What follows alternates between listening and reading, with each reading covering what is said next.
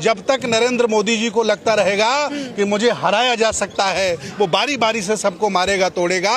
एक ही तरीका है कि शासक स्वीकार कर लो। मैं फिर निवेदन कर रहा हूँ, रसिया के लोग जिंदा हैं, चाइना के लोग जिंदा हैं, क्योंकि वहाँ व्लादिमीर पुतिन जब तक जिंदा रहेगा शासक रहेगा, शी जिनपिंग जब तक जिंदा रहेगा शासक रहेगा। उसी तर्ज पर भारत जा रहा है। ये चुनाव ये जितने वोट पड़ रहे हैं, चुनाव पड़ रहे हैं, ये छलावा है। ये भारत की जनता का पैसा लूटने का काम हो रहा है। इसका कोई परिणाम नहीं। हर चुनाव बीजेपी जीतेगी और बीजेपी का कब्जा होगा। आप डरे हुए लोग हैं, मरे हुए लोग हैं। ये देश लुट चुका है, बिक चुका है। अब आपके हाथ में कुछ भी नहीं बचा है। 10% लोग आंदोलित नहीं है भारत में, 90% लोगों ने सरेंडर कर दिया है। और जब 90% आंदोलित होते हैं तब कहीं बड़ी क्रांति खड़ी होती है। न कॉकरोच आंदोलन में कुछ हो पा रहा है, न किसान आंदोलन में कुछ हो पाया था। देखिए, भारत के जो छात्र हैं इनकी मांग जायज है, लेकिन ये बहुत डिले हो गया, बहुत देर हो गई है। एक बहुत कहानी आप लोगों ने सुनी होगी कि जब जंगल में आप जा रहे हों और शेर आपको घेर ले तो आप कुछ कर नहीं सकते, जो कुछ करता है वो शेर करता है। आज हालत भारत की ऐसी हो गई है। मैं हाथ जोड़ करके निवेदन करता हूं भारत के लोगों से कि देश के प्रधानमंत्री जी को परमानेंट राजा महाराजा घोषित कर दें, उनको अपना शासक मान लें। और अगर ऐसा वो नहीं करेंगे तो आज छात्र मारे जा रहे हैं, पहले किसान मारे गए, धीरे धीरे सबका नंबर आएगा। चूँकि अब वो लोग यहाँ रुकने वाले नहीं हैं, वो चाइना और रसिया की तर्ज पर भारत को स्थापित करना चाहते हैं।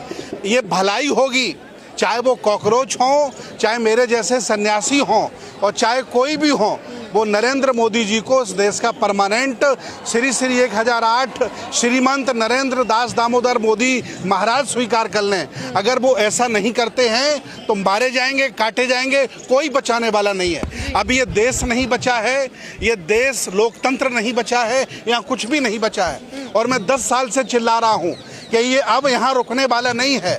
ये तांडव अब बहुत लंबा जाएगा और बहुत बड़े लेवल पर चाइना और रशिया की तर्ज पर प्रधानमंत्री जी बनना चाहते हैं परमानेंट शासक। शिक्षा मंत्री कह रहे हैं दहशतगर्दों की बी टीम बनी है। या स्टूडेंट्स नहीं है, ये ना शिक्षा की बात कर रहे हैं, ना स्टूडेंट से, ये दहशतगर्द है। अभी दहशतगर्द का है, कल वो आतंकवादी भी कहेंगे और गोली भी मार सकते हैं। क्योंकि देश उनके हाथ में है, पूरी मीडिया उनके हाथ में है, साधन संसाधन हाथ में है, जुडिशरी हाथ में है। मैं हाथ जोड़ करके फिर निवेदन कर रहा हूँ, नरेंद्र मोदी जी को देश का परमानेंट राजा स्वीकार कर लीजिए, तभी आप बच सकते हैं। बाकी कोई ताकत आपको बचाने वाली तो फिर सर राजतंत्र होगा ना? नहीं, राजतंत्र नहीं, हमें स्वीकार है। रसिया चाइना के लोगों ने जब शी जिनपिंग और व्लादिमीर पुतिन को स्वीकार कर लिया है तो हमें भी नरेंद्र मोदी जी को स्वीकार कर लेना चाहिए। क्योंकि लोग हिंसक लोग हैं, ये मानेंगे नहीं। सरकार तो कहती है ना कि लोकतंत्र है, नहीं, सरकार नहीं बची है। ये लोग मूर्ख बना रहे हैं, चुनाव कराते हैं। प्लान पहले से ही होता है, चुनाव करा करके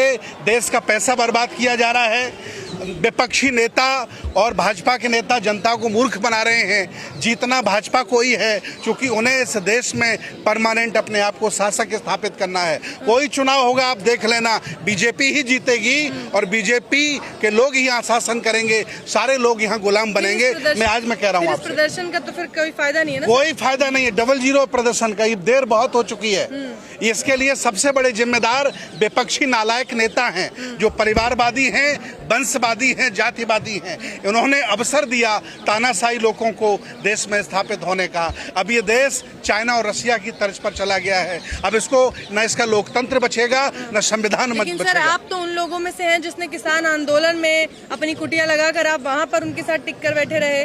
आपने उनका समर्थन किया, उनके साथ लगातार लड़ाई लड़ी, और आपने देखा कि किस तरीके से किसानों ने झुकाया था प्रधानमंत्री को। आंदोलन की ताकत से निकले हुए लोग हैं, आप आंदोलन को समझते हैं। आज भी हम लड़ रहे हैं, लेकिन ये एहसास मुझे हो गया है, मैं पिछले 10 साल से लड़ रहा हूँ, मुझे एहसास हो गया है कि लड़ाई अब हमारे हाथों से निकल चुकी है।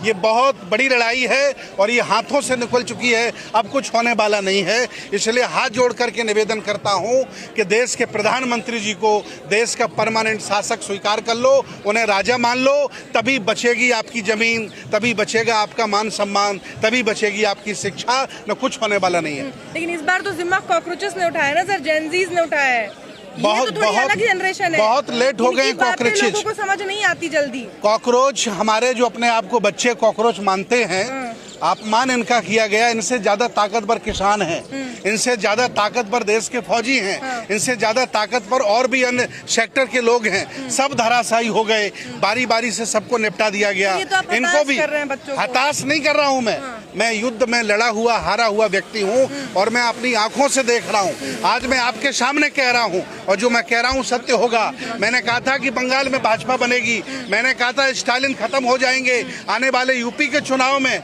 अगर सारे विपक्षी इकट्ठे चुनाव नहीं लड़े तो हाल क्या होगा, बीजेपी फिर स्थापित होगी। लोकतंत्र बचाने का क्या उपाय है? कोई उपाय नहीं बचा।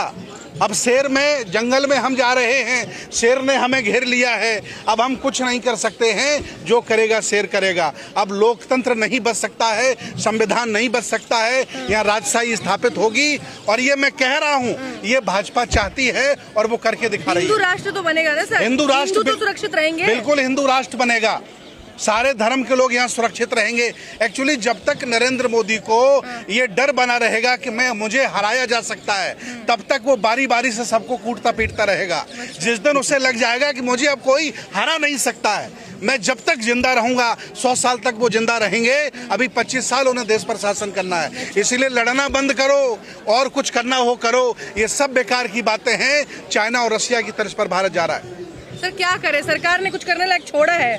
नहीं, अब कुछ कर भी नहीं सकते हैं। जो कुछ करेगी सरकार करेगी, आपके हाथ में कुछ बचा नहीं है। ये सब आंदोलन, ये सब झंझट है, किसी काम का नहीं है, कुछ होने वाला नहीं है। अगर बारी बारी निपटाया जा रहा है, क्या सभी को एक साथ आना चाहिए? नहीं, सभी एक साथ नहीं आ सकते हैं, कभी एक साथ नहीं आ सकते हैं।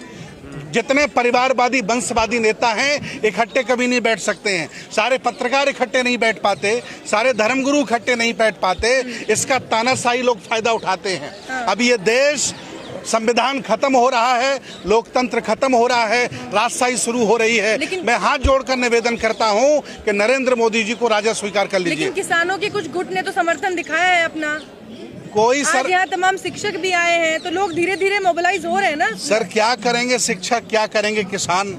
ये देश अडानी अंबानी के हाथ में चला गया है, पूरा दे दिया गया, कुछ बचा नहीं है। थोड़े बहुत जो जिंदा लोग हैं, जो जागरूक लोग हैं, वो यहाँ दिखाई दे रहे हैं। बाकी सब लोगों ने सरेंडर कर दिया है और नरेंद्र मोदी जी को अपना शासक मान लिया है। तो आज आप यहाँ बच्चों को समझाने आए हैं कि हथियार डाल दो? हथियार डालने के लिए मैं कहने नहीं आ रहा हूँ, ये कह रहा हूँ कि आप बहुत लेट हो गए हैं। ये काम आज के 10 साल पहले करना चाहिए। देर आए दुरुस्त आए। अब देर कुछ नहीं हो सकता है, देर आने से कुछ नहीं होता है। अब सब कुछ लुट गया है, सब कुछ हाथों से चला गया है। अब वो जो करना चाहेंगे करेंगे, आप कुछ नहीं कर सकते हैं। तो आप बच्चों को कह रहे हैं कि अब रहने दो, घर वापस जाओ? बिल्कुल वापस चले जाइए, कुछ होने वाला नहीं है ना। आपके सामने देख लेना क्या होने वाला है। सबको अपने हिस्से की लड़ाई तो लड़ने दीजिए। हिस्सा सबका चला गया, किसी का कोई हिस्सा नहीं बचा है। इतनी निराशा क्यों हो गई है? 80% आबादी हैंड टू माउथ हो गई है। सबका बड़े बड़े लोगों ने लूट लिया है।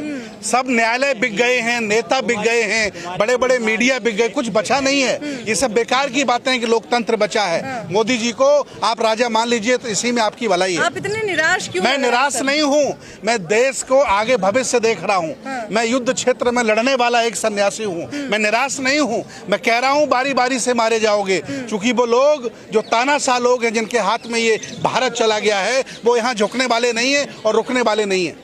तो बस आपके हिसाब से मोदी जी को अपना मान ले, सब कुछ अगर मोदी जी को अगर आपने अपना शासक मान लिया, राजा मान लिया, तो बतौर पिता वो फिर अत्याचार करना बंद कर देगा।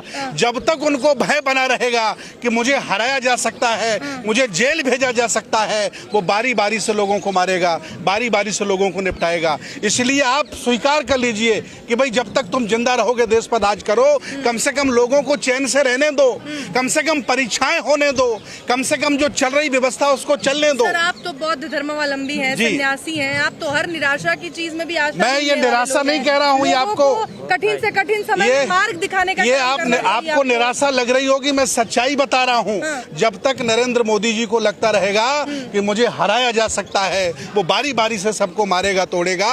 एक ही तरीका है कि शासक स्वीकार कर लो। मैं फिर निवेदन कर रहा हूँ, रशिया के लोग जिंदा हैं, चाइना के लोग जिंदा हैं, क्योंकि वहाँ व्लादिमीर पुतिन जब जब तक जिंदा रहेगा शासक रहेगा, शी जिनपिंग जब तक जिंदा रहेगा शासक रहेगा, उसी तर्ज पर भारत जा रहा है। ये चुनाव ये जितने वोट पड़ रहे हैं, चुनाव पड़ रहे हैं, ये छलावा है। ये भारत की जनता का पैसा लूटने का काम हो रहा है। इसका कोई परिणाम नहीं। हर चुनाव बीजेपी जीतेगी और बीजेपी का कब्जा होगा। है भारत ना तो चीन है, क्योंकि भारत के पास गांधी है, अंबेडकर है, नेहरू है, जिनका आज मार्गदर्शन लेकर उनके देश के युवा प्रदर्शन कर रहे हैं, अपनी चुनी हुई सरकार से सवाल पूछ रहे हैं और ये हिम्मत रखते हैं कि अगर सवाल के जवाब नहीं मिले तो सत्ता से खींचकर जमीन पर उतारा जा सकता है।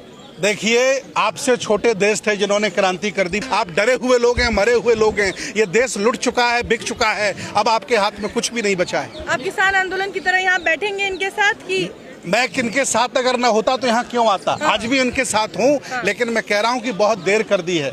आज भी 10% लोग आंदोलित नहीं है भारत में, 90% लोगों ने सरेंडर कर दिया है। और जब 90% आंदोलित होते हैं तब कहीं बड़ी क्रांति खड़ी होती है। न कॉकरोच आंदोलन में कुछ हो पा रहा है, न किसान आंदोलन में कुछ हो पाया था। और उतने भी आंदोलन हुए, इसमें भी यही हुआ कि बहुत कम लोग जागे, बाकी सब लोग सरेंडर कर गए, गुलामी कर गए। अब कुछ होने वाला नहीं है। नरेंद्र मोदी को शासक मान लो, तभी आप बच पाओगे, नहीं बारी बारी से मारे जाओगे। बहुत बहुत धन्यवाद।